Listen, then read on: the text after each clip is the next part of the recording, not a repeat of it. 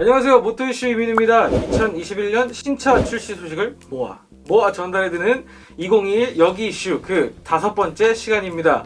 오늘도 2021년 신차 이슈를 위해서 모토이슈 조건희 기자와 더모토 나경남 기자를 모셨습니다. 안녕하세요, 모토이슈 조건입니다. 네, 안녕하세요. 더모토의 나근한 기자입니다. 우후! 근황 토크 좀 부탁드리겠습니다. 저 지난주까지 더모토 12호로로 만드느라 열심히 만드느라 이게 지금 더모토 12호로의 이 신차 소식들이 줄줄이 깔끔하게 정리가 되어 있습니다. 브랜드별로. 편집 좋네. 네, 깔끔하게 정리가 되어 있습니다. 자세한 내용들 보시고 싶으신 분들 댓글로 진짜 보시고 싶으신 분들 있으면 댓글 한번 남겨주세요. 뭐 어떻게 할지는 그 다음에 고민해 보도록 할게요. 조건희 기자는 근황 어떠셨어요? 저희 이제 지난주에 그 올해 모터사이클 투표 편 그거 준비하느라고 지난주 보냈고요. 아, 고생 많으셨네요. 그리고 저희 지난번에 이번 5번째 시간인데 4번째 여기 이슈가 시청률이 아주 잘 나와가지고 제가 네, 기분이 잘 좋습니다. 잘 나오더라고요. 감사합니다. 그런데 그 3번째가 조금 안 나오고 좀 있어요. 부진하지. 세 번째 다뤘던 저희 바이크들이 뭐가 있죠? 3번째 이제 알라인 T랑 네. 트라이언프 트라이던트 그리고 혼다 뭐 MSX 크롬 이런 거 다뤄져 있으니까 아직 안 보신 분들은 가서 이제 한번 또 보고 와주시면 상해도 감사하겠습니다. 링크도 이렇게 띄워주시고 그러시면 링크 여기? 네, 여기? 네, 그런 거 여기? 이쪽이네. 예. 그거 띄워주시고요. 네. 앞서 신차 이슈에 앞서서 저희가 레벨 1100에 관한 질문들이 많아서 저희가 레벨 1100 출시 정보에 대해서 아직 있다, 없다 이렇게 얘기할 수는 없다. 하지만 전망을 해보니 안 나올 가능성도 있다.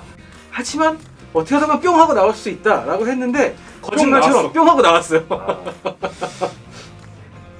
혼다가 요새 너무 빡세요. 여기 열일 중이죠. 너무 열일 중. 그래서 레벨 1100 같은 경우는 저희 영상 끝까지 보시면 저희가 오늘 레벨 1100 영상 다루겠습니다. 책임지고 준비해놨습니다. 그리고 레벨 또와 별개로 유로5에 대한 그 질문이 저희 여러 가지 영상을 조금씩 이렇게 한두 분씩 올려주시는 분들이 계세요. 근데 유로5에 대해서 한 번 더 짚고 넘어가면 이제 우리나라는 2021년부터 유로5를 도입하고요. 그 2021년부터 도입한다는 이야기는 2021년부터 수입되는 모델, 공급되는 모델은 유로5 기준을 충족해야 된다는 겁니다. 그래서 이전의 재고 모델은 여전히 판매가 괜찮아요. 그거는 인증을 통과한 제품이기 때문에 괜찮지만 새로 들어오는 바이크들은 유로5를 충족해야 된다라는 겁니다. 그래서 또 댓글에 이제 물어보시는 게 혼다 CBR 600R 같은 거 이제 여쭤보시는데 걔는 유로5 기준이라서 걔는 이제 유로4 기준이죠. 유로4 기준이라서 걔는 이제 국내에서는 만나보기가 불가능하다고 봐야겠죠. 네, 지금 현재로서는 불가능하죠. 그리고 저희가 지금 이야기하는 신차 이슈들 저희가 대체로 이제 해외 뉴스를 저희가 해석해서 소개를 해드리는 거잖아요. 그래서 국내에 이게 나올 때까지는 저희도 저번에 말씀드린 것처럼 저희도 국내 출시일이나 출시 가격 이런 것들은 그때 시점이 되기 전까지는 저희도 알 수가 없고 그리고 실제로 몰라요. 근데 안 알려줍니다. 저희가 2020년 연말전상 컨텐츠로 저희가 선택 2020 올해 모터사이클 영상을 발행을 했습니다. 그리고 지금 투표가 한창 진행 중이죠. 굉장히 열띤 투표 개표를 저희가 앞두고 있기는 한데 어떻게 보셨어요? 일단은 그 교차 편집 되게 멋지게 잘 해주셨고요. 그리고 우리 동료 선배 기자님들하고 동료 기자분들하고 같이 이렇게 함께 콘텐츠를 진행할 수 있게 돼서 굉장히 무척 즐거웠고 정말 즐거웠고 뭔가 여러 사람이서 다양한 관점 그리고 각각의 경험에서 우러나오는 이야기들을 함께 이제 공유할 수 있는 기회가 되어서 정말 되게 알찼던 것 같아요. 2020년도에 가장 인상 깊었던 가장 중요한 모델로 한 모델을 꼽는다는 그런 이벤트를 같이 진행한 게 뭔가 더 의미가 있는 일인 것 같고요. 그렇게 돼서 정말 이런 기회를 만든 것 자체가 굉장히 즐겁고 기쁜 일이고 기대도 엄청 되고요. 그리고 선물도 준비했다고 했으니까 더 많은 즐거움을 함께 나눌 수 있지 않을까. 참여하시는 즐거움, 뽑는 즐거움, 가져가는 즐거움. 또 확실히 이제는 그 독자들과 함께 소통하면서 이런 컨텐츠를 진행할 수 있다는 것이 가장 큰 변화점인 것 같고 가장 저희도 기대되는 부분이고 그래서 결과가 어떻게 될지 굉장히 좀 궁금하기도 하고 앞서 말씀드린 것처럼 이거 저희가 선물도 많이 준비를 해놨으니까 투표 좀 꼭 좀 해주시면 좋겠습니다. 다음번에 선물 소개 뭐 이런 거 나가나요? 네, 다음에 저희가 컨텐츠 안에다가 그 선물 소개하는 영상을 넣던 혹은 뭐 그것만 단독으로 발행을 하던 해서 진행 예정입니다. 푸짐하게 그러면. 저희 또 이 자리 빌어서 또 참가해주신 협조해주신 선배 기자분들께 참으로 감사하다는 말씀드리고 싶고 감사합니다.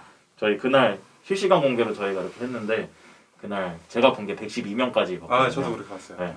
그래서 그 시청해주신 112명 감사드리고 매우 지금 또 신청해주고 계신 분들 감사드리고 감사합니다. 저희가 3주간 진행을 합니다. 투표를 21일까지 진행하는데 아직 투표 안 하신 분들 계시면은 빨리 달려가셔서 투표해주시면 감사하겠습니다. 한 표를 헌사해 주십시오. 민주주의의 꽃 투표 그리고 네, 참여를 꼭 부탁한다. 네 중요한 점. 네. 꽃. 자, 지난 여기 이슈 4편에서 저희가 블레이드 라이더 추첨 이벤트를 걸었잖아요. 헬멧 플러스 고글하고 이제 후드티 두 분께 선물로 드리는 이벤트. 그리고 참여해주신 분들이 되게 많아요. 몇 분이나 됩니까? 한 300여 분 정도 참가를 해주셨고요. 저희가 이제 그 추첨 이제 신청해주신 분들 데이터 갖고서 이제 공정한 그 추첨으로 이제 랜덤 투표로 이제 할 거니까 네네. 이거는 저희 추첨 해주신 분들은 오늘 저희가 하고서 다 같이 하고 해서 연락은 먼저 저희 드릴 거지만 꽁다리 영상에 누가 추첨되셨는지 또 공개해드리도록 하겠습니다. 네, 다음으로는 저희가 잠깐 막간에 광고를 좀 하고 갈게요. 저희가 한국 모터 트레이딩 야마 공식 수입원이죠. 야마루브를 협찬을 해주셨습니다. 아이. 야마루브가 뭔가요, 조건희 기자? 야마루브는 이제 야마하의 엔진오일 브랜드입니다. 야마하가 뭐 악기도 만들고 모터사이클도 만들고 선회기도 만들고 스노우모빌도 만들고 뭐 이렇게 다양한 그런 엔진을 개발을 하고 있는데요. 거기서 또 같이 하는 게 이 오일도 같이 개발하고 있습니다. 그래서 저희 그때 아까 말씀해주신 대로 그 야마하에서 그 신모델을 개발할 때 신모델을 개발할 때 또 이 오일을 같이 세팅을 하기 때문에 이제 야마하에서는 엔진 오일은 그 액상 부품이다라는 슬로건으로 해서 이제 또 엔진 오일 관리 이런 중요성도 얘기하고 있고요. 그래서 이 몇 대 전부터 엔진 오일도 같이 사업을 좀 진행하고 있죠. 이게 동절기용 엔진 오일이라는 게 네. 사실 되게 중요하잖아요. 그렇죠. 겨울철에 특히나 한국은 요 얼마 전까지만 해도 그랬던 것 같아요. 낮에 10도까지 아니 낮에 20도까지 올라갔다가 갑자기 영하 3도까지 떨어지고 네. 일교차가 엄청 큰데다가 우리나라는 그 기온차가 굉장히 큰 그렇죠. 걸로도 많이 알려져 있는데 그거에 대해서 좀 설명을 좀 해주세요. 또 국내 라이더들 특성상 이 영하 10도 이상 내려가도 이제 아, 운행하시는 분들이 타시잖아요. 네, 저도 타고 타시잖아요. 네. 그런데 이게 그 10W40 이런 오일이 보통 이제 영하 뭐 1, 2도 정도 내려가는 정도에서는 그렇게 큰 문제가 없는데 이제 그 이상으로 더 진짜 한겨울에 가게 되면은 이 점도가 이제 너무 저항이 엄청 커지죠. 저항이 커지기 때문에 이제 엔진에 무리가 발생할 수 있으니까 그때는 이제 또 이런 겨울철 오일을 전용 오일을 쓰면 좋죠. 네, 추천을 하고 있고요. 그리고 네, 이런 0W 제품이 거의 없더라고요. 그 정식으로 유통되는 제품이 거의 없더라고요. 근데 야마에서 이렇게 하고 있어서 이제 라이더들이 선택할 수 있는 폭이 넓어진 것 같습니다.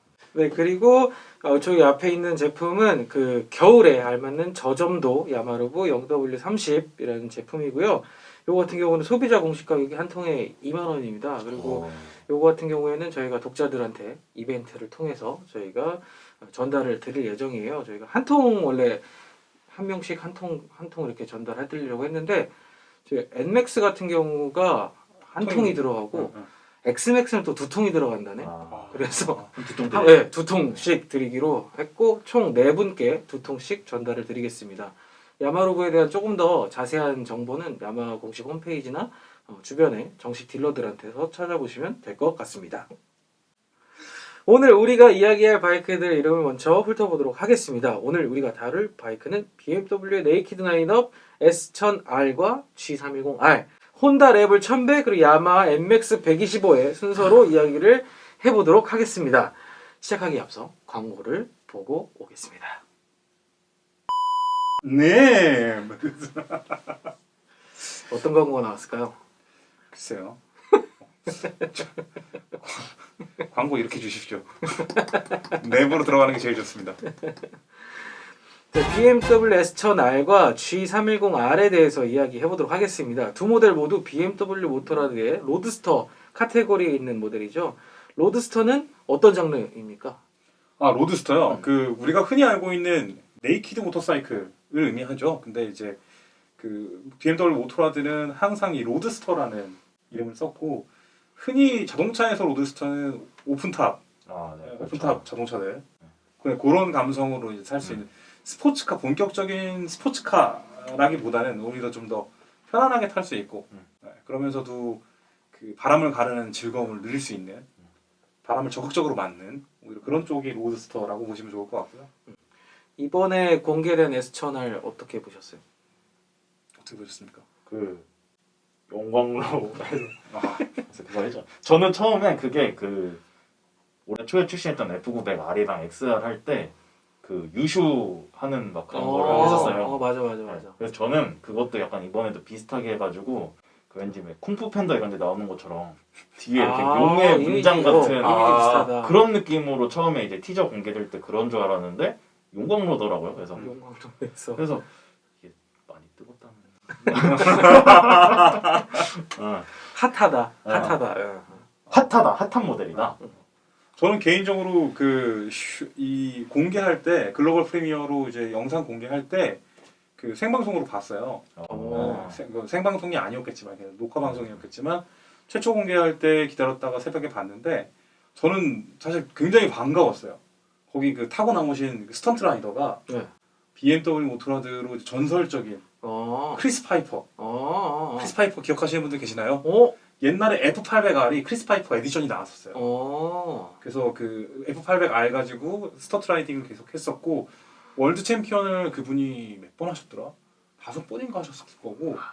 G310R 할 때도 그때 스턴트 모델이 네, 스턴트 하는 걸 보여줬었는데 그때는 그 크리스 파이퍼 아저씨가 안 했었어요. 그래요. 네, 지금은 그래서 그 즈음에 은퇴를 하셨었다가 요번에 반갑게 복귀하셔가지고 또 신형 S1000R을 딱 소개해 주시는 거 보고 굉장히 감동 깊었습니다. 오랜만에 보니까 반갑더라고요.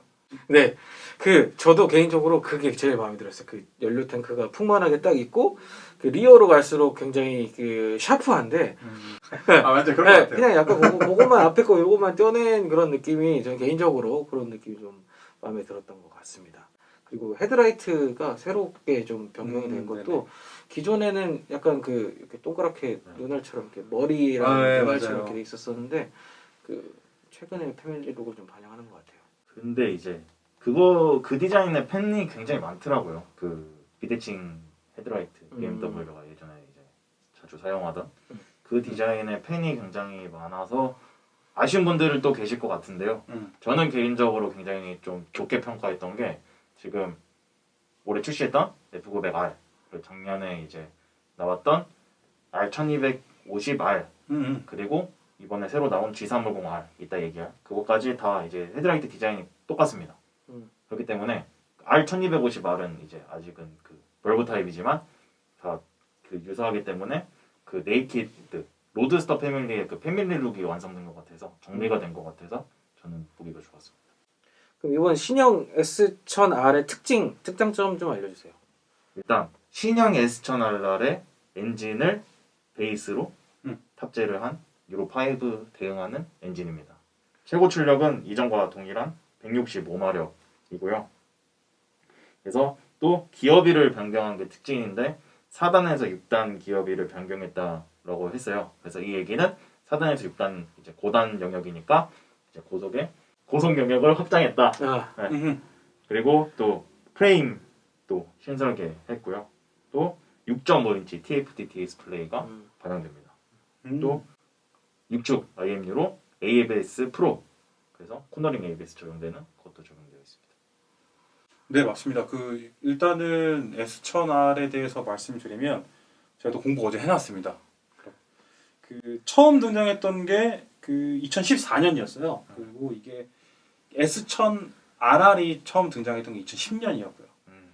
그 2010년도에 BMW가 S1000R를 내놓으면서 그 모터사이클 시장에서의 되게 판도가 확 달라지는 계기가 만들어졌고 어느 정도 S1000RR이 자리를 딱 잡고 난 이후에 S1000R 버전이 딱 등장을 했습니다. 근데 이 당시에 등장을 했을 때 이미 디자인 스케치를 보면 S1000RR을 개발하던 시절에 그러니까 더블 R을 개발하던 시점에서 이미 그 싱글 R 그러니까 지금 S1000R을 이미 디자인을 해놓은 상태가 다름없었어요. 디자인 패키지나 이런 것도 거의 비슷했고요. 그때 리드 디자이너였던 예브게니 주코프 아저씨 그 예전에 보면은 그 그림에 있어요 이름이 주코프라고 그 아저씨가 이제 만들었던 거였고 2014년에 처음 등장했을 때 당시에는 160마력을 뽑았습니다.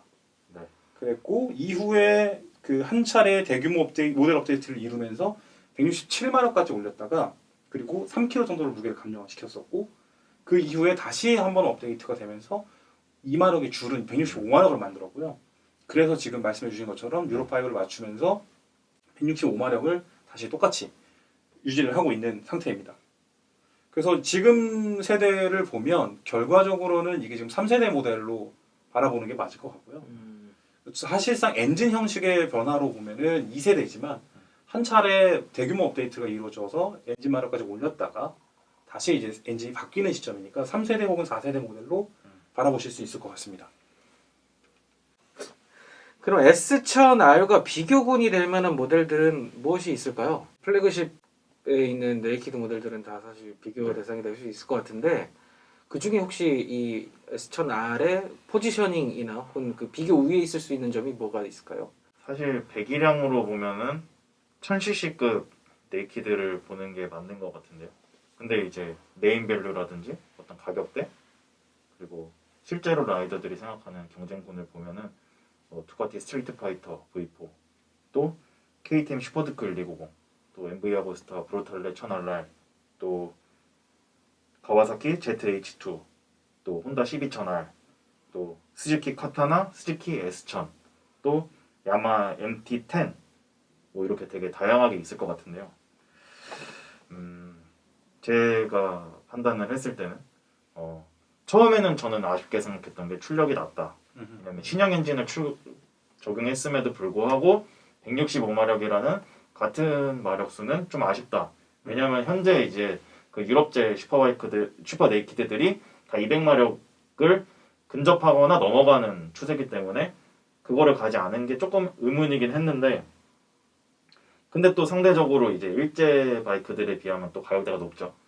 근데 또 출력 차이는 그렇게 크지 않고 그래서 제가 또 가격을 다 조사를 해 보니까 딱 그 165마력이라는 출력과 비슷한 가격 포지션이더라고요.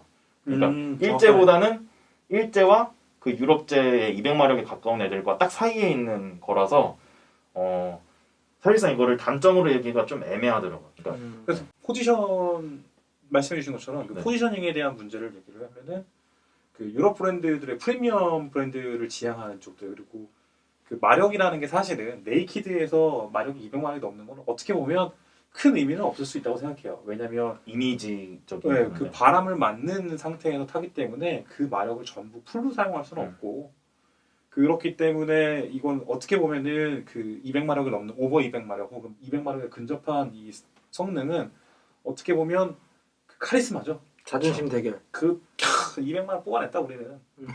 요 자랑 그 카리스마 과잉된 파워. 그리고 그것을 또 라이더들이 그 카리스마를 또 원하잖아요. 그렇죠. 우리 또 인상 강한 거 좋아하시는 중요하죠. 분들이 중요한 그 부분이 정말 중요하기 때문에 그 클래스들은 이제 프리미엄성을 굉장히 강조를 하고 가격대가 거의 3천만 원에 육박하죠. 그렇게 만들어진 바이크들 같고 아까 말씀해 주신 것처럼 일본 4대 브랜드의 네이키드 모델들 같은 경우에는 그거보다 좀 아래에 포진되어 있는 2천만 원이 넘지 않는 선에서 가격이 표진되어 있고 그리고 BMW는 그 사이를 딱 메꾸는 정도인 것 같아요. 프리미엄 브랜드로서의 가치는 사실 BMW 브랜드에 대해서 우리가 얘기할 수 있는 거고 그렇죠. 뭐 그런 부분하고 실제로 타고 달릴 수 있는 실제로 편안하게 라이더들이 탈 수 있는 그런 모터사이클로서 제시를 한 것이기 때문에 저는 사실은 마력이 좀 낮다는 부분에 대해서 그렇게 아쉽다는 생각은 별로 안 했어요. 실제로 확실히 그 4기통 퍼포먼스에 대한 그 필링도 확실히 좀 다를 것 같긴 해요. 맞아요. 사실 150마력이면은 충분하거든요. 아, 그러니까 이게 그러니까 약간 지금 약간 구도가 이상해진 게 그런 이제 유럽제 그런 슈퍼네이키드들이 200마력을 넘어가거나 이제 근접하면서 약간 네이키드도 200마력을 가까워야 된다라는 뭔가 분위기로 약간 딱 가려고 했는데 사실은 그 이전까지는 150마력이 약간 그 저거의 상징이었잖아요. 슈퍼 네이키드의 상징은 150마력이었잖아요. 그러니까 사실상 165마력이면은 충분하다라고 봅니다. 저도. 그 정말로 말씀해 주신 것처럼 그 유로피안 프리미엄 브랜드를 선택하고 그만큼의 비용을 투자하고 200마력 이상의 성능을 실제로 체감하고 싶으신 분들은 아마도 슈퍼바이크를 선택하실 것 같아요. 그렇기 때문에 그 슈퍼바이크로 몰리는 그러니까 만약에 BMW의 입장에서라면 BMW의 S1000R을 선택하시는 분들이 S1000R을 선택하지 않을 거라고 본 것 같기도 하고 스스로 내부적으로도 S1000RR과 R을 서로 분리시켜 놓은 그래서 서로 빛이 나게끔 만들어 놓은 그런 전략이 아니겠는가. S1000R도 S1000RR이 그때 딱 출시했을 때 그 터트렸던 그 영향력 못지않게 굉장히 인기 있었던 모델이기 그럼요. 때문에 저는 그런 거 다 상관없이 여전히 베스트셀링 모델이 될 거라고 예상하고 있습니다. 그리고 아까 말씀하셨던 부분도 굉장히 중요한 것 같아요. 그러니까 사실 프로모션 영상에서도 그 일상복 같은 라이딩 기어, 가벼운 라이딩 기어를 입고 타는 장면이 있거든요. 사실상 모터사이클을 즐기기 위해서 물론 안전장구 다 갖추고 안전하게 타야 되는 거 맞는데 그래도 너무 이게 진입하기에 좀 어려우면 막상 타려고 할 때 이제 좀 부담이 있을 수 있잖아요. 그래서 매일 즐기는데 네, 좋을 것 같다. 마치 오늘 죽여버리겠어 하고 나오는 거 말고 네. 편안하게 오늘도 출퇴근도 하고 외곽 투어도 갔을 때 기분 좋게 땡기고 기분 좋게 코너 딱 돌고 이런 거 그런 거 논리지 않았나? 일상에서 모터사이클 라이프를 즐기는데 충분히 강력하고 충분히 스릴을 느낄 수 있을 것 같다. 저도 그렇게 기대하고 있습니다. 또 TFT 계기판 들어갔잖아요. 6.5인치? 커. 이 뭐야? 있을 거 다 있다. 네. 프리미엄이다. 그리고 뭐 우리가 항상 BMW 얘기할 때 얘기하는 거지만 BMW 코리아는 항상 프리미엄 옵션, 네. 끝까지 가는 옵션 다 달아주니까. 팩토리 옵션 다 넣어줘. 그렇죠. 그래서 저희가 이제 프레스 자료를 봤을 때 보통 이제 해외 자료다 보니까 이것은 공장 옵션으로 포함이 된다라는 네, 그 그렇죠. 보도 자료가 있긴 한데 국내에 들어오다 보면 그거를 선택해서 보통 들어오잖아요. 그래서 국내에 들어올 때 옵션 모델이 어떻게 될지는 그때 가서 저희가 확인을 해봐야 될 것 같아요. 네, 맞습니다. 이어서 G310R에 대해서 이야기를 해보도록 하겠습니다. G310R 같은 경우는 엔트리 로드스터죠. 단기통 구성의 저렴한 가격으로 엔트리 라이더들한테 선택지를 늘려주는 그런 기종입니다. 이번에 G310 어드벤처 신형 모델과 등장하면서 저희가 이제 업그레이드가 됐죠. G310R의 포지션에 대해서 좀 설명 좀 해주십시오. 포지션이요? 네. 이거 쿼터급 네이키드 모델이니까 쿼터급 모델들이랑 같이 한데 묶이긴 하겠지만 얘는 어디까지나 단기통 엔진 모델이고 그래서 2기통 엔진 모델들이랑 같이 묶이지만 사실은 같이 묶이지만 단기통이기 때문에 오히려 생기는 장점들이 좀 있는 것 같아요. 오히려 차는 더 가볍고 그리고 저회전에서의 그 펀치가 2기통보다는 훨씬 더 낫고 물론 이제 고속에서 쭉쭉 뻗어나가는 맛이 다기통이 더 유리한 건 사실이지만 그런 점에서는 뭐 310R이 뭐 충분히 경쟁력이 있는 모델인 것 같고요. 또 연속해서 얘기하면 BMW잖아요. 그렇죠. 네. BMW입니다. 그렇기 때문에 저희가 쿼터급 관련한 그 컨텐츠를 만든 적이 있는데 저희가 당시에는 그 이슈 모델이 G310R이 아니었기 때문에 저희가 좀 제외를 해서 제작을 한 적이 있는데 댓글에 아예 안 됐네. 댓글에 그 안 G310R은 왜 빼놨냐 그래, G310 이런 얘기를 왜 많이 뺐어요? 있더라고요. 사실 그때 이제 비교분에서 G310R이 이제 모델 교체 시기도 약간 좀 늦은 시점이었고 이제 상대적으로 비교했을 때 헤드라이트, 뭐 LED, 뭐 이런 옵션들이 상대적으로 부족해 보이다니까 이제 저희도 이제 곧 교체하겠지 넣어서 네. 이번에는 그 좀 에디팅의 건데, 역할 아닙니까 그게? 그 나는 했는데. 맞죠. 그런 부분들이 좀 늦었죠. 네. 그 부분에 대해서 좀 더 추가 말씀을 드리면 2015년 11월 달에 원래 발표가 됐었어요. 근데 국내에 들어오는 게 그래서 16년도에 바로 들어오길 거다 했거니 안 들어왔어요. 늦어져가지고 2017년도에 한국에 처음 선을 보였고요. 좀 늦게 들어오게 됐고 그때 이유가 혹시 기억나십니까? 늦게 들어오게 된 이유요? 정확하게 말씀드릴 수는 없지만 일단은 모델 개발하고 공급되는 데 있어서 차질이 있었던 것 같아요. 이게 지금 여러분들도 잘 아시겠지만 그 G310 시리즈는 인도의 TVS라는 회사와 합작해서 만들어진 바이크고요. 생산이 인도에서 이루어졌습니다. 그리고 이때 BMW는 이미 세계 모터사이클 시장에서 가장 선도하는 브랜드였어요. 그 트렌드부터 판매 이런 데서 특히나 이제 대배기량 모터사이클 시장에서 그랬고요. 그랬던 이제 BMW가 점차 그 본인들의 라인업, 그 영향력 장치를 확대하면서 뭐 우리 잘 알고 있다시피 스쿠터 모델들이 먼저 등장을 했었고 그 다음에 엔트리 클래스의 모델들이 생산이 됐거든요. 근데 BMW가 이 프리미엄 가치를 가지고 있으면서 엔트리 모델 시장에 접근을 하려다 보니까 가격을 맞춰야만 했어요. 엔트리 모델인데 1,000만 원이면 사시겠어요? 못 사시잖아요. 그래서 이제 그런 부분들을 고려를 많이 해서 그 생산 단가를 줄일 수 있는 방법으로 그 합작 회사를 그 파트너를 만들었던 거였고 그때 만들어낸 것이 사실은 결과물이 나쁘지가 않았습니다. 상당히 좋았어요. 뭐 마력도 34마력을 냈었고 그리고 엔진 형식을 지금 봐도 되게 독특한 형식이죠. 실린더가 보통 이제 그 앞부분에 있고 반대로 돌려놓은 형상이거든요. 이런 식으로 만들어졌던 거는 굉장히 다양한 장점들을 만들어냈어요. 유니크하기도 했고요. 그래서 확실히 낮은 가격 때문에 이제 엔트리 라이더도 충분히 이제 모터사이클을 처음 시작하는 라이더한테 이제 선택지로서 제시가 됐었던 게 가장 인기 포인트였었던 것 같아요. 그래서 신형 모델의 특장점에 대해서는 어떻게 될까요? G310 GS의 업데이트 사용과 동일하다고 보시면 되고요.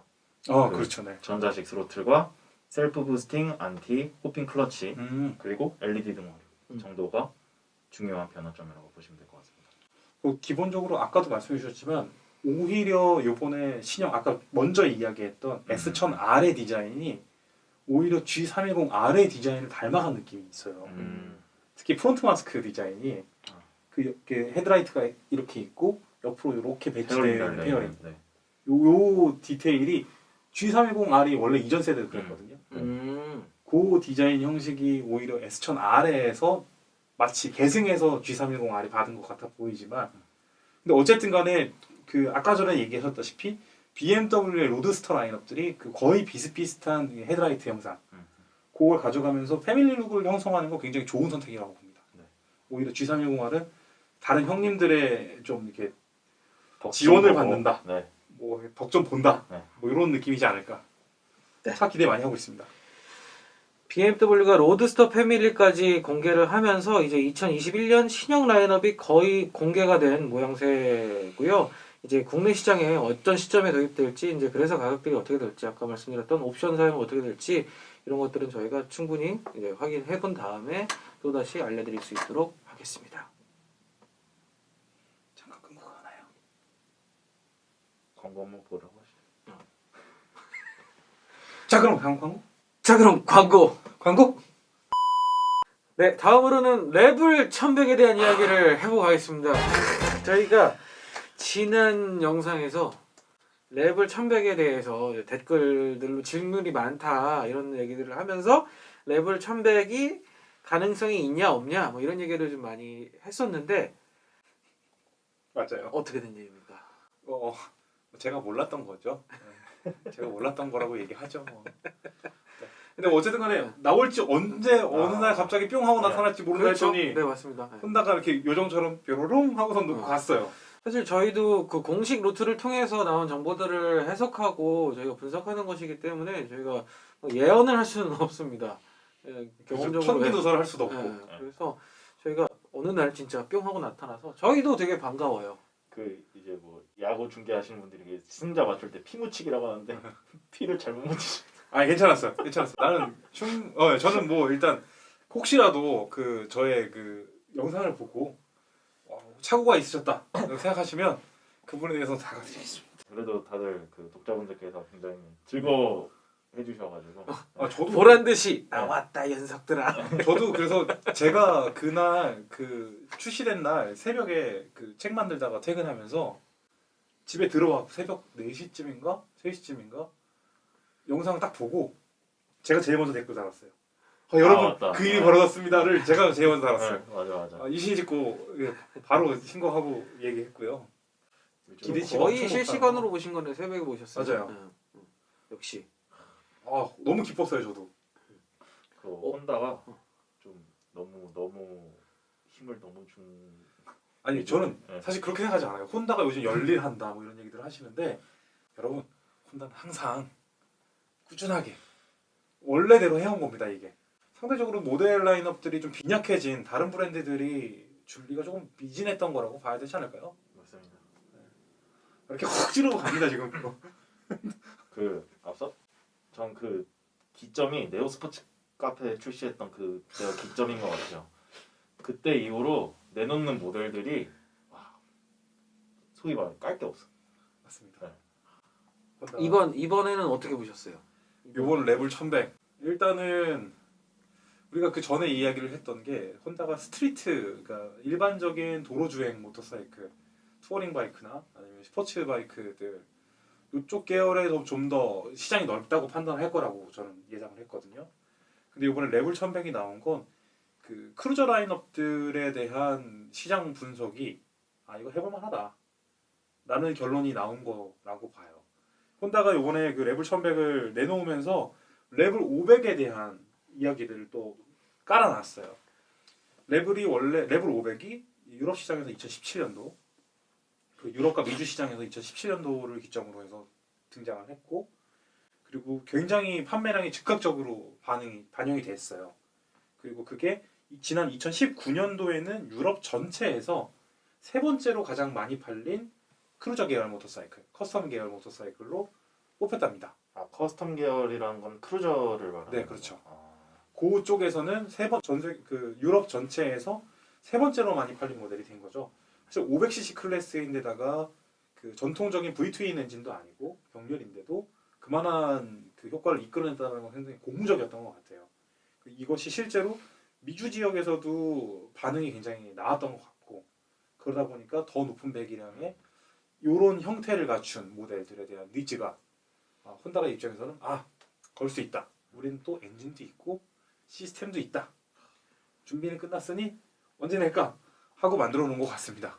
실제로 올해 2021년도의 키워드 중에 하나가 크루저 장르가 있잖아요. 그렇죠. 그러니까 BMW에서 R18을 이제 제작을 하면서 올해가 어떤 그 크루저 시장의 어떤 그 한 해가 될 것 같은데, 그 부분에 대해서도 혼다가 충분히 이해를 하고 그 전장의 어떤 그 출사표를 내던진 것 같은 느낌이 좀 있기는 합니다. 맞습니다. 그렇게 보고 있어요. 이해도 그렇지만 분석과 그거를 현실화 딱 제품을 만들어내는 능력이 정말 혼다가 뛰어난 것 같은 게 사실 저희가 전에 다뤘던 것도 사실 그때는 루머 정도의 이슈였잖아요. 근데도 그때도 그렇게 정말 많은 사람들이, 저는 이렇게까지 신모델에 많은 관심을 보이는 이런 현상을 처음 봤거든요. 맞아요. 네. 그래서 그런 것들이 정말 그렇게, 근데 이게 왜 그랬냐? 구성이 정말 잘 돼 있으니까 사람들이 내가 원하는 것, 뭔지 나는 표현을 못 하겠지만 뭔가 이런 게 있으면 좋겠는데 한 게 딱 레벨이었던 거죠. 그 정말로 사실은 혼다가 레벨 500으로 그 재미를 받고 국내에서도 레벨 500이 상당히 인기를 끌었다고 들었어요. 그래서 저희 이번에 그 영상 댓글에도 그런 분이 한 분 계셨어요. 레벨 500 기다리다가 1100 나와버린 게 이게 잘 된 일인가요? 라는 내용이 있었거든요. 저는 어떻게 생각하시든 즐거우셨을 거라고 생각합니다. 500을 사셔서 타셨어도 저기 즐거우셨을 거고, 1100을 기다렸다가 사실 수 있는 기회가 왔으니 그것도 나름 괜찮은 그 선택지가 될 것 같거든요. 일단은 너무 기대치도 높고, 이게 시장에서의 역할이 굉장히 클 거라고 예상을 하는 건 일단은 관심도가 굉장히 높아요. 남녀노소 할 것 없이. 거기에 어떤 이유가 있을까요? 저는 핵심은 DCT라고 봅니다. 크루저 모터사이클을 왜 찾을까라고 생각하면은 스타일도 스타일이지만 편하게 딱 크루징하는 딱 그건데, 그거에서 핵심이 딱 저는 DCT.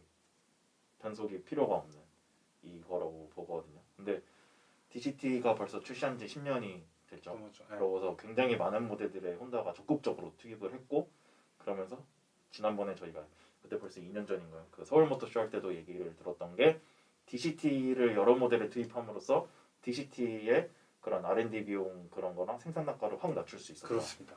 하면서 최근에 저희가 탔던 DCT 모델이 아프리카 트윈, 그렇죠. 같은 엔진을 쓰는.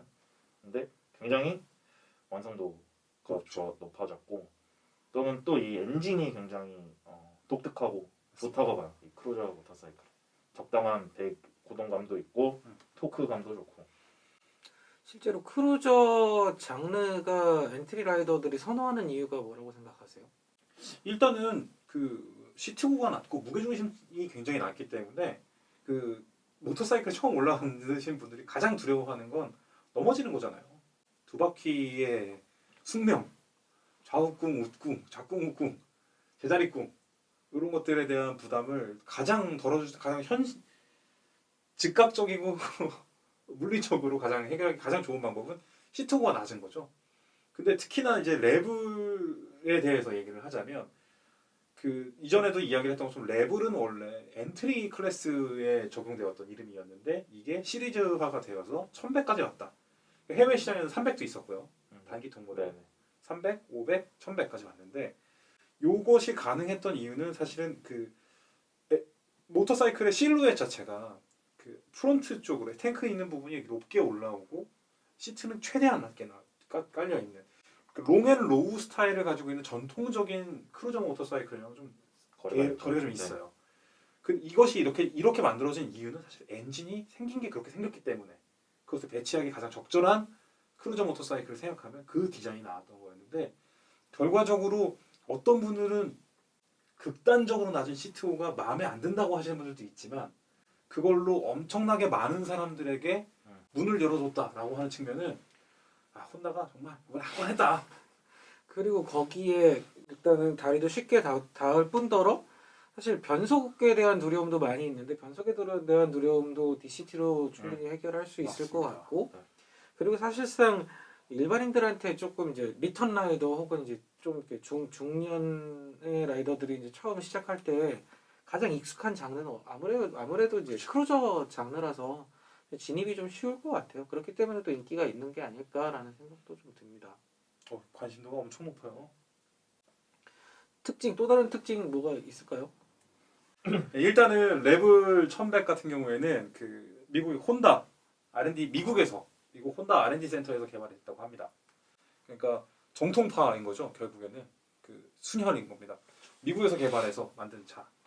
그 혼다 아메리칸 혼다라고 하거든요. 혼다는 미국의 지사를 되게 일찍 세웠어요. 그리고 굉장히 빠른 네, 시점. 거의 수출을 시작하면서 거의 동시에 그쪽에다가 지사를 맞습니다. 냈었고 그래서 실제로 주식도 미국 혼다는 따로 나옵니다. 음, 미국 혼다 주식 따로 나와요. 있으신 것 같은데. 없어.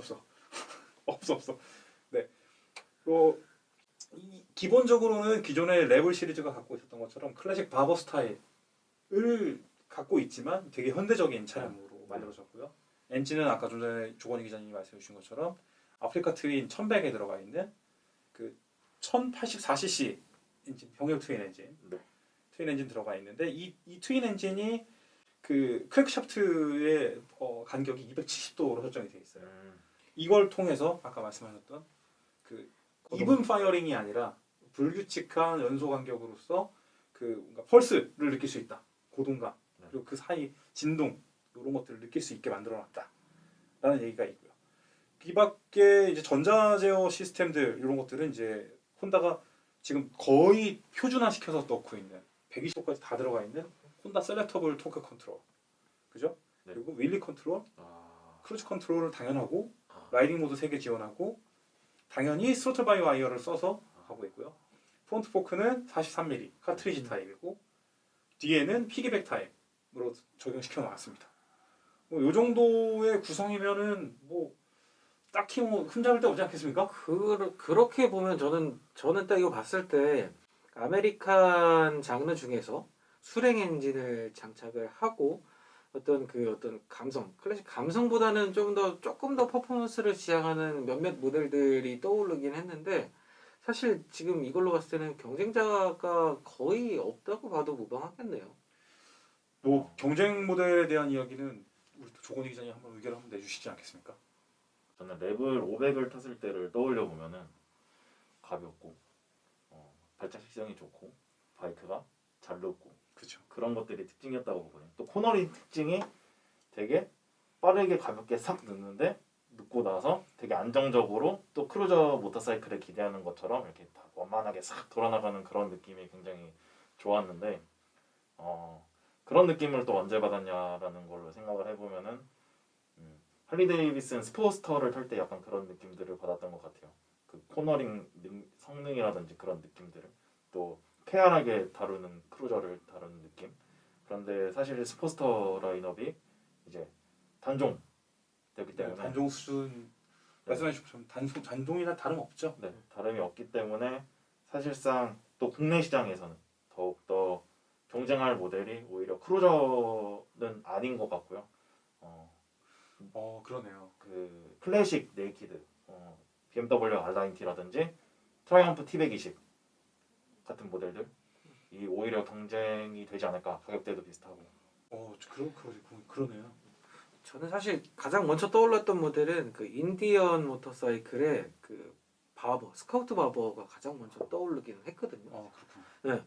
근데 사실상 그 어떤 성격으로 봤을 때 어떻게 보면은 인디언 모터사이클 같은 경우는 사실 금액대가 좀 프리미엄을 지향하고 있기 때문에 혼다랑은 좀 전혀 상반된 가격 정책을 펼치고 있고 그렇기 때문에 이런 어떤 그 진입 장벽의 의미로서도 확실히 인기가 충분히 더 생길 것 같아요. 그 지점에서 정말 얘기할 부분이 딱 있는 것 같아요. 말씀해 주신 것처럼 그 스카우트 바버 같은 경우에는 롱앤로우 실루엣이죠. 전통적인 크루저의 스타일이고 근데 이제 크루저 모터사이클이 아까 말씀해 주신 것처럼 장년층도 그렇고 누구나 되게 편안하게 느끼고 접근성이 이제 높은 모터사이클 관심이 제일 먼저 가게 되어 있는 너무 힘들어 보이지도 않고 막 너무 막 숙이고 다니는 것 같아 보이지도 않고 그런 이점이 있는 대신에 크루저의 전형이 싫으신 분들도 분명히 있거든요. 그러니까 너무 다 저러고 다니는 거 싫다 하는 사람도 있잖아요. 그런 사람들한테는 이게 되게 접근 방법이 되게 좋은 거죠.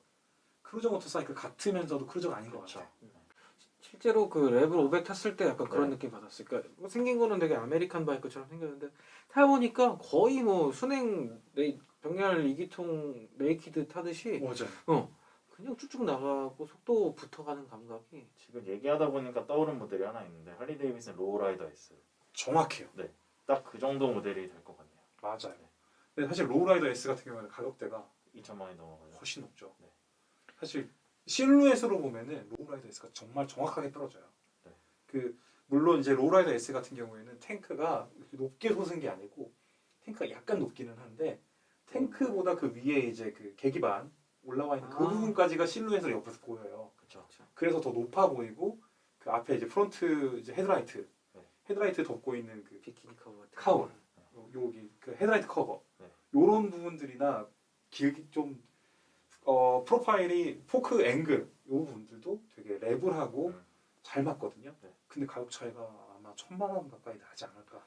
조금 더 얘기하면 저는 가장 장점이 무게라고 봤습니다. 무게가 그 223kg이고 DCT가 233kg인데 200kg가 넘어가지만 크루저 모터사이클에서는 가벼운 축에 속하죠. 저는 이게 더 많은 라이더들이 좋아할 부분이 아닐까라고 생각합니다. 크루저 모터사이클은 무겁다라는 어떤 그런 것들이 있는데 가벼우니까 밀고 끄기도 편하고 다루기도 편하고 실제로 피로감도 덜할 거고 무게 중심이 일단 엄청나게 낮고 그 모터사이클에 올라 앉았을 때 라이더의 체중이 어디 실리냐? 시트에 실린다. 그 물론 이제 포워드 스텝도 아니고 미드 스텝 혹은 미드 스텝을 두고 있는 모델인데 스텝을 밟고 서 있는 상태가 아니잖아요. 그렇기 때문에 라이더의 시트가 가장 중요한 무게 중심점인데 그렇죠. 기본적으로 무게 중심점 이게 시트 700mm입니다. 네. 700mm.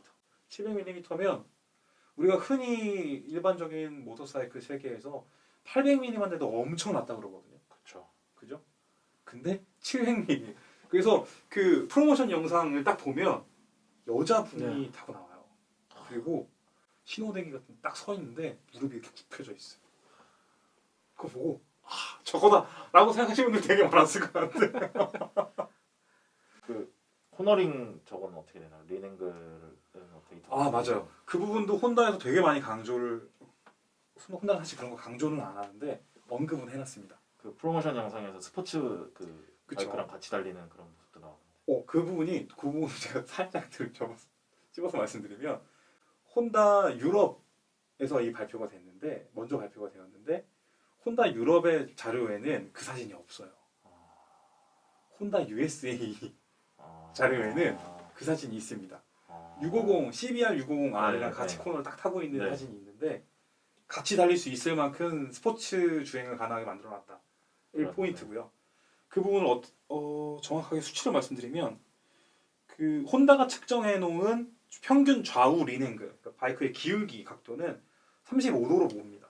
좌우로 35도씩.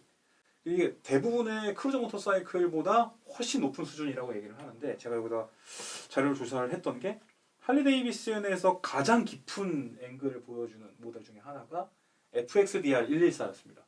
이 모델이 좌측이 32.6도, 우측이 32.8도였어요. 그것을 한번 감안해서 생각을 해보시면 이게 얼마나 날렵하게 코너링을 만들어낼지는 상상이 될 것 같습니다. 크루저 장르 전체에서 바라봤을 때는 레블 1100은 입문 모델로서 바라볼 수도 있을 거예요. 그러니까 이것은 결국엔 크루저 장르 전체의 그 시장 활성화에 굉장히 기여할 수 있는 모델이라고 저는 보고 있고요. 아까 조건희 기자님이 말씀해 주신 것처럼 사실은 생각 못했던 부분이었는데 그 우리가 흔히 알고 있는 레트로 무드 그 장르 쪽에서 오히려 더 긴장을 많이 하고 이에 대한 대응을 만들어 나가는 뭐 뺏기지 않기 위해서 노력을 해야 되는 건 오히려 그 레트로 장르들, 레트로 스탠다드 장르 모델들이 더 많이 긴장하고 더 많은 고객들을 유치하기 위해서 노력을 하려면 레벨과 경쟁을 해야만 할 거다 이렇게 보고 있습니다. 가격 어떻게 보세요? 1,700만 원 내외. 1,700만 원. 약간 좀 센 거 아닌가요? 이유는 엑스 어드벤처 가격을 저는 좀 생각을 했는데요. 네네. 엑스 어드벤처가 지금 가격이 1,500만 원에 가까운 1,495만 원입니다. 그렇죠. 현행이. 그렇다고 했을 때 배기량 그리고 포지셔닝 같은 그리고 간섭 같은 걸 생각했을 때 1,600대 후반 혹은 조금 더 저기하게 잡으면 1,700대 초반을 보수적으로 잡을 수 있지 않을까라고 생각합니다. 말씀해 주신 것처럼 사실은 보수적으로 잡는 게 더 싸게 나오면 기분 더 좋은 거니까 그죠? 안 날 것 같아요. 그리고 네. 근데 비싸게 그 가격을 좀 높게 생각해서 예상치를 말씀드리면 아마도 이제 그 보시는 분들이나 실제로 레벨 1100을 기다리시는 분들 입장에서는 야 뭐야 되게 쌀 줄 알았는데 왜 이렇게 비싸 하고 되게 기분 나빠질 수도 있을 것 같아요. 워낙에 요즘에는 그 여러분들이 많이 자료를 찾아보시기 때문에 해외 가격이 더 이상 비밀이 아니잖아요. 그렇습니다. 근데 저도 그 부분 때문에 일정 부분의 오해가 생기는 부분이 있다고 봐요. 특히나 이제 미국 판매 가격 달러 기준으로 했을 때 MSRP 가격이 실제로 미국에서 모터사이클을 사면 이 가격인 걸까? 가격이다 라고 생각하시는 분들이 있기 때문에 생기는 오해라고 보거든요. 실제로 그거를 1대1로 가격 비교를 하는 경우들도 굉장히 많더라고요. 네, 엄청 많이들 하시죠. 근데 일단은 여러분들이 알아주셔야 될 거. 미국은 단일 시장으로 전 세계 최대 시장이고 더군다나 크루저라면 본고장이잖아요. 그렇죠. 미국 가격 DCT 기준으로 했을 때 미국에서 지금 현재 MSRP가 9,899달러였나? 그렇죠? 그래서 거의 이제 만 달러라고 계산을 해보면 현재 환율을 돌려보면 한국에서는 1,108만 원이 됩니다만 절대로 이 가격 주고 미국에서 사실 수가 없다. 미국 잘 아시잖아요. 맥도날드는 잘합니다. 미국에서 모터사이클을 구매하는 건 그 지역별 딜러 그리고 혹은 대량으로 그들이 사와요. 그리고선 그래서 외곽 지역에 넓은 창고를 갖고 있는 것도 그래서 그렇고. 그래서 가격대가 실제로는 이제 바이크를 지게차로 내리는 것부터 비용이고 PDI 하는 거 비용 따로 들어가고 우리나라는 다 해주잖아요. 맞습니다. 그리고 무엇보다도 여기 시장이 엄청나게 크기 때문에 팔리는 물량 자체가 다르기 때문에 한국이랑 비교할 수가 없습니다. 그래서 절대로 MSRP 기준으로 레벨의 가격을 예상하시면 안 된다고 저는 생각을 하고요. 가격대에 대한 부분은 제가 조사를 좀 돌려봤어요.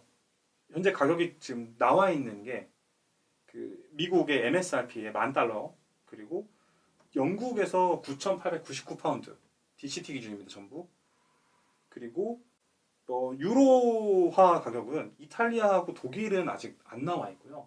프랑스에서는 발표를 했는데 프랑스에서는 11,499유로. 아까 전에 말씀드렸던 영국의 가격은 혼다의 유럽 본부가 영국에 있습니다. 그 9,899파운드를 하나로 환산했을 때 현재 환율로 계산해 보면 1,466만 원이 떨어집니다. 그리고 제가 말씀드렸던 유로 가격 중에서는 이제 프랑스가 나와 있는데 프랑스가 그 유럽 전체에서 두 번째 혹은 첫 번째 시장이거든요. 여기서 그 새로 설정된 가격이 11,499유로는 현재 환율로 계산했을 때 1,526만 원 정도가 돼요. 그렇다면은 아까 전에 말씀드렸던 미국 MSRP 가격은 제외하고 자 파운드와 유로화의 가격을 봤을 때 1,500선은 충분히 예상할 수 있는 부분인 것 같아요.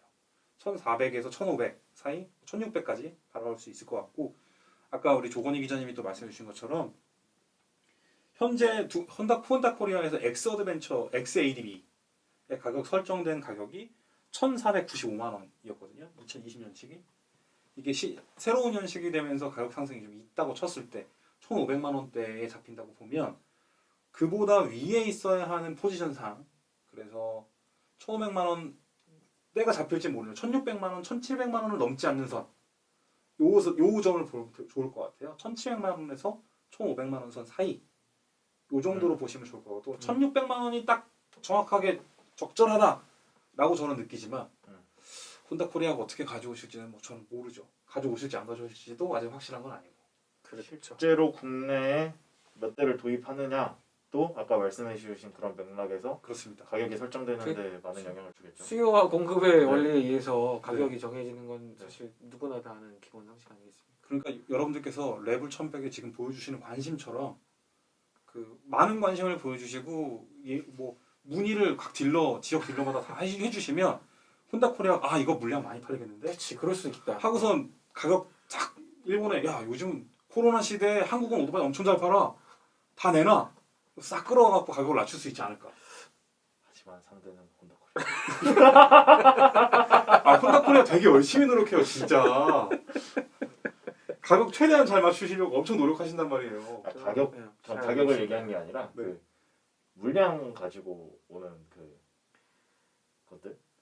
요즘에 혼다 코리아 물량 엄청나요. 레벨 사실 그 소비자들이 불만들이 있는 것들도 사실 본사에서 다 많이 파악을 하고 있고 그런 부분을 어떤 개선하기 위해서 많이 노력들을 하고 계신 걸로 알고 있습니다. 그래서 이런 댓글 같은 거 많이 써주시면 다 보실 거예요. 응원. 네. 응원이 필요합니다. 네.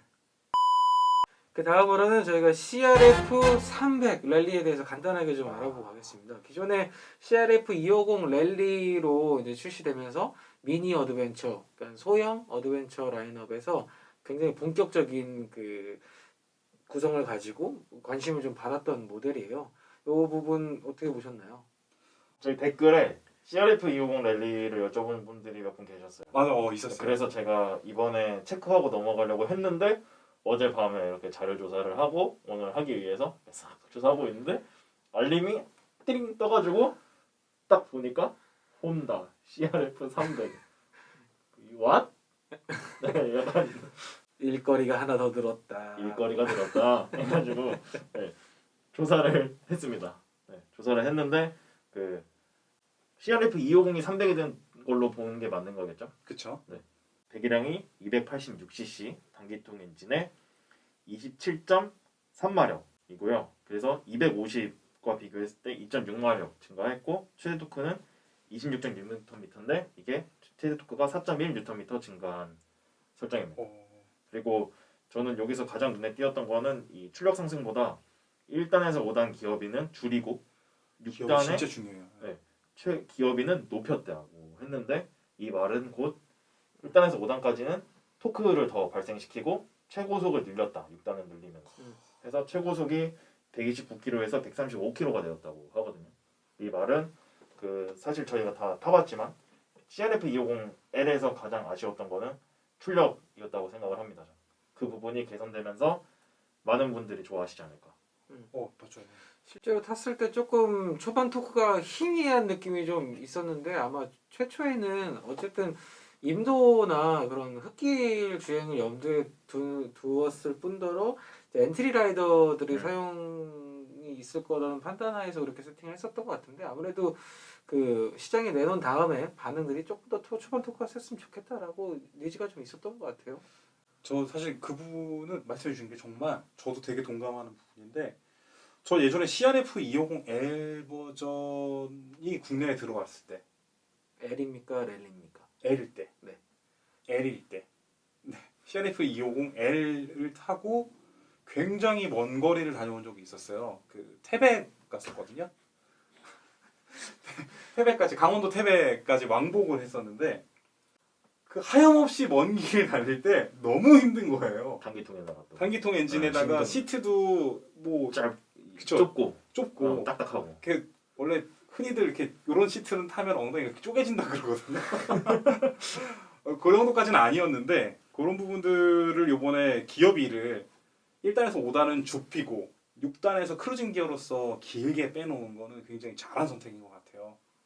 왜냐면 그 이런 번호판이 나오는 차량을 타고 임도를 들어갈 수 있다라고 하면 타고 가게 돼 있잖아요. 그렇죠. 그럴 때 타이어 아끼려고 일부러 고회전 안 쓰고 저회전으로 길게 네. 탈탈탈탈탈탈탈 하고 가는 게 훨씬 더 이득이죠. 그렇죠. 그런 거 생각했을 때 이런 거 정말 잘 선택한 부분인 것 같고 일단은 엔진이 예전에도 CB 할 때도 250에서 300 올라갔을 때 확실히 충격 차이가 확실히 나거든요.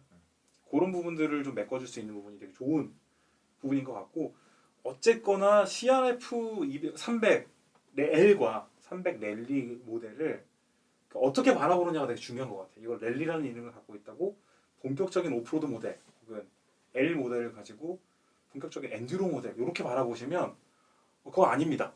확실히 말씀드릴 수 있고요. 그렇게 선택하시면 절대로 안 되고 이 모델은 실제로 해외에서 설명을 하는 건 듀얼 스포츠 모델이다 이렇게 얘기를 해요. 온로드를 탈 수 있는 등록되는 차량이 오프로드를 들어갈 수 있다.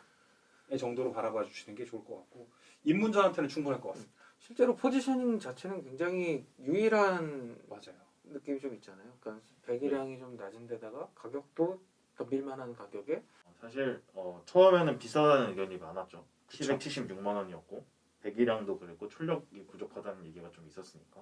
근데 최근에 와서 조금 주목을 받기 시작했습니다. 국내 시장에서 대형 어드벤처 모델로 오프로드나 임도를 타는 인구가 좀 늘어나면서 당장 그 모델로 갈 수는 없으니 엔듀로 바이크는 아까 말씀하신 내용에서 번호판을 달지 못하니까 공도 주행이 안 되고 해서 그 모델 중에서 가장 잘 갈 수 있는 모델이 뭐냐라고 했을 때 21인치 프론트 휠에 스트로크가 길고 그쵸. 지상고가 높고 뭐 발작 직장이 안 좋고 시트고가 높았지만 그리고 또 리어 ABS가 오프를 할 수 있고 이런 구성들 때문에 최근에 굉장히 주목을 받았는데 상품성이 더 좋아졌다. 그렇죠. 그러니까 그때의 단점이 초반 토크가 약해서 네. 사실 뭐 흙길 가기가 어렵다라는 것이 있었는데 그 지점을 확실히 좀 개선한 것 같아요. 이번에. 1단 5단 개선했으면 진짜 정말 아쉽다고 생각했던 부분들이 다 개선이 됐어요. 이전에 그 10.1리터였던 엔진 연료 탱크는 12.8로 증가를 했고요. 차량 중량은 2kg가 가벼워졌습니다. 그리고 시트고는 10mm가 낮아졌는데 스트로크는 260mm로 증가를 했어요. 서스펜션 트래블 네, 말씀. 트래블이 더 증가를 했고 지상고도 5mm가 더 늘어났어요. 275mm. 그러니까 더 잘 달릴 수 있는 설정인데 시트고는 낮아지는 거죠. 그렇죠. 네. 훌륭하네. 또 휠베이스는 10mm 증가하고 휠베이스가 증가하면서 이 레이크 트레일이 조금 더 이렇게 눕게 되는 형태로 되었고요. 또 이전에 약간 아쉬웠던 게 서스펜션이 너무 물렁거리는 느낌이었는데 지금 43mm 텔레스코픽 코크가 적용되면서 그 부분도 개선되지 않았을까. 예상할 수 있네요. 네. 국내 도입 여부가 사실은 문제죠. 그 판매량으로는 사실 좀 기대치에는 못 미치는 안 것 들어가는 같아요. 소리. 예. 그래서 아마 저희가 뭐 확답을 할 수는 없지만 사실상 저는 개인적으로 들어오면 좋겠습니다. 들어오면 좋겠네요. 250이 있었고 어느 정도 시장이 확보되어 있었으니까 저도 들어오길 바랍니다. 마지막으로 야마하 NMAX에 대한 이야기를 진행하도록 하겠습니다. 야마하 NMAX가 신형이 출시가 됐습니다. 이게 2021년도 시장에 굉장히 좀 중요한 모델이 될 것 같습니다. 이거 어떻게 생각하신가요? 양대 산맥이죠. 양대 산맥이지 양대 산맥. 예. 말씀하신 대로 국내 비즈니스 시장에 네. 양대 산맥이죠. 믿을 수 있고 네, 빠르고 가격 좋고. 가격 좋고. 일단 유로 5 할 때 야마하의 베스트셀링 모델인 MX는 조종현이 당연히 업데이트를 해야 했죠. 그렇죠. 그래서? 이게 뭐 네. 양대 산맥 아니겠습니까? 사실상 PCX 얘기를 안 할 수가 없는데 PCX가 이제 유로 5 모델로 신모델이 나오면서 NMAX가 나올 걸로 굉장히 기대가 됐었죠. 그래서 그 이 변경점들에 대해서 저희가 주목을 좀 해봐야 됩니다. 그렇습니다. 어떤 변경점들이 좀 있을까요? 먼저 유로 5를 대응을 합니다. 엔진이 블루코어 엔진, 야마하가 이용하는 블루코어 엔진이고요. 그 헤드라이트 일단 내부 디자인이 변경됐습니다. 외부는 같나요? 네, 그 형태적인 그런 큰 틀은 비슷한데 그 내부의 형태가 LED가 형태가 좀 바뀌었고요. 얼굴도 조금 변경되지 않았나요? 앞쪽에 조금 동그랗게 좀 얼굴스럽게 변한 것 같은데. 솔직히 얘기해서 두 개 갖다 놓고 비교해야 할 것 같아요. 음, 하나 딱 보이는 게 헤드라이트 위치가 변경됐습니다. 방향지시등 위치가 변경됐습니다. 네네. 어떻게 조금 더 작아졌어요. 음, 위쪽에서 좀 아래쪽으로 내려오면서 조금 크기가 좀 작아지면서 조금 더 세련된 느낌? 예, 더해졌고요. 출력은 12.2마력이고 연료 탱크는 7.1리터. 그래서 기존 모델이 6.6리터였습니다. 그래서 연료 탱크가 증가했고 스타뱅고 시스템 적용되어 있고요. 연비는 스타뱅고 적용 시 100km에 2.2리터 사용한다는 거 이거 환산해 보면은 45.4km 리터당 45.4km 갈 수 있다는 이야기고요. 트랙션 컨트롤 적용이 되었고 특장점으로는 프론트 브레이크와 리어 브레이크가 둘 다 230mm 디스크 브레이크가 적용되는 게 특징이고 동급에서 가장 가벼운 무게 101kg. 건조 중량으로 101kg인가요? 그죠? 달릴 수 있는 상태라고 나온 것 같습니다. 아 그래요? 운행 가능 상태 무게가 101kg? 진짜 가볍네. 그리고 여기서 그 야마하가 가장 강조한 게 있는데 블루투스 커넥트인데요. Y 커넥트라고 네. 이번에. 네. 그래서 그 스마트폰 연동을 통해서 이제 그 ECU 모니터링을 해서 라이더의 스로틀 조작이라든지 그러면 뭐 얼마나 몇 킬로로 주행을 하나 뭐 그런 거랑 시동을 얼마나 켜고 끄냐 뭐 이런 것들을 다 해서 이 최적의 뭐 엔진오일 교체 주기 같은 그런 것들을 알려준다고 하고 이게 조금 더 나아가서 그런 딜러들이라고 해야 될까요? 그런 정비 시스템 같은 것도 이제 네트워크로 연결되는 단계까지 확장될 거다라고 얘기한 건데 이게 다 적용이 할 거래요. 야마하의 라인업에. 그래서 이거에 처음 적용한 게 MX다. 뭐 정말로 아까 전에 우리가 서두에서 말씀드렸지만 양대 산맥의 위치 그 잘 만들어진 모터사이클을 더 좋게 만들어야만 하는 그 노력은 사실 굉장히 어려운 문제잖아요. 사실 라이벌의 관계는 서로 상대방이 있을 때 주고받고 하는 펀치 싸움이 있을 때 더 성장할 수 있는 거 아닐까요? 그렇죠. 그런 의미에서 야마하는 이 MX를 확실히 그 경쟁 상대를 분명히 의식 안 하진 않았을 것이고 충분히 그에 준하는 혹은 그보다 나은 모델을 만들기 위해서 노력을 기울였다고 봅니다. 신형 MX에 들어가는 이 사항들이 PCX에서도 봤었던 것들이 좀 있어요. 네.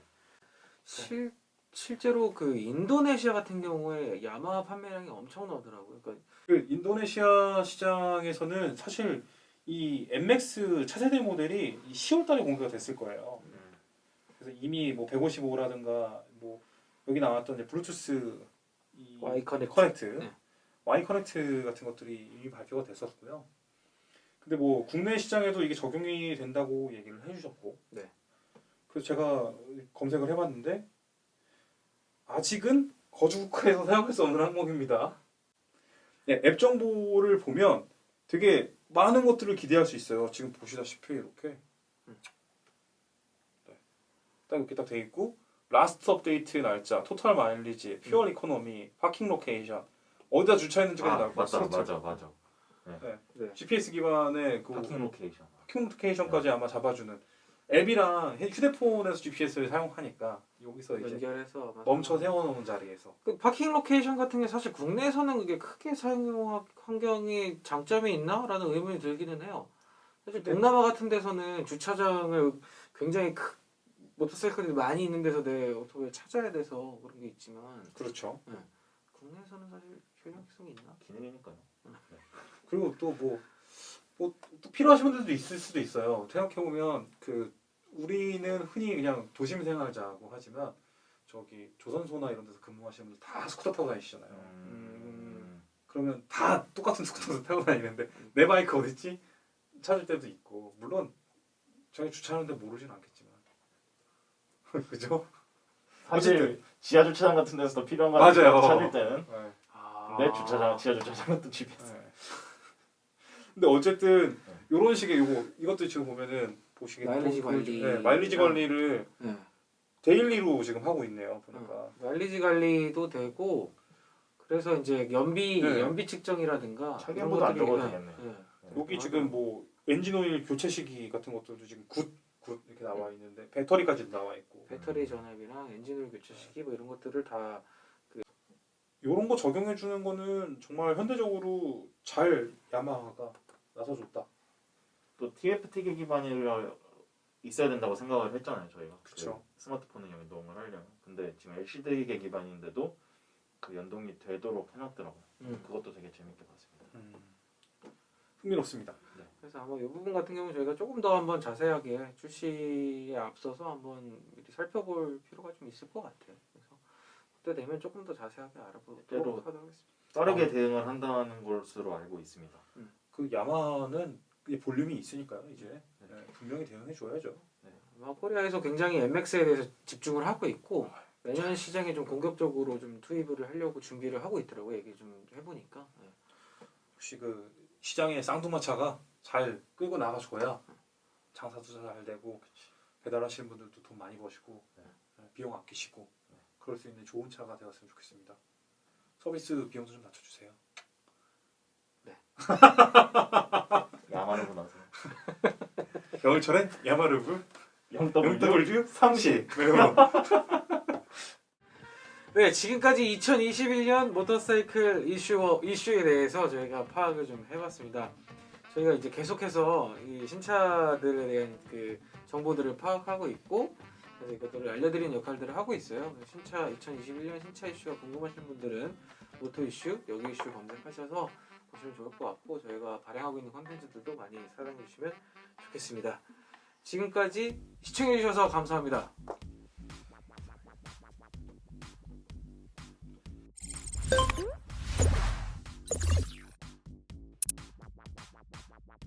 블레이드 라이더 헬멧. 여러분 이 가격대에 헬멧이 선물로 나오는 게 쉬운 일이 아닙니다.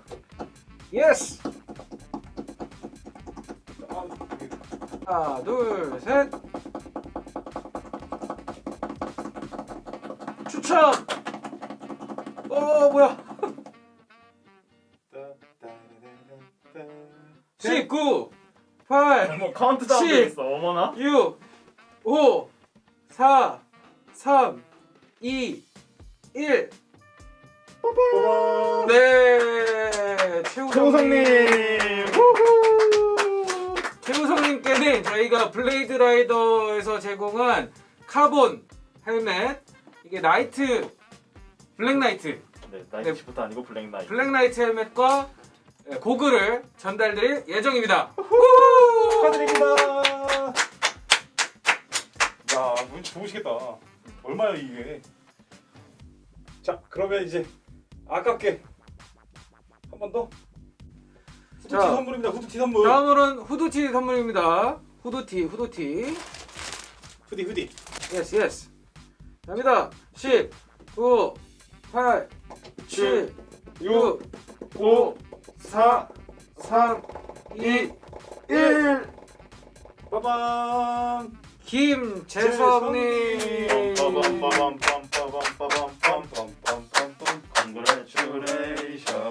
당첨되신 분께는 저희가 그 블레이드 라이더에서 제공한 후드티를 선물로 전달을 해드리도록 하겠습니다. 네, 참가해주신 모든 분들 감사드리고요. 저희 지금 저거 저시기 저거 올해 모터사이클을 하고 있으니까 그 기회도 한번 노려보시기 바랍니다. 올해 모터사이클 그거 크죠? 네. 올해 모터사이클 선물 더 큽니다. 진짜요? 네. 이거 되게 컸는데? 더 큽니다. 캘린더 받은 거. 무료 캘린더도 있고. 아 죽었다. 집 가야지.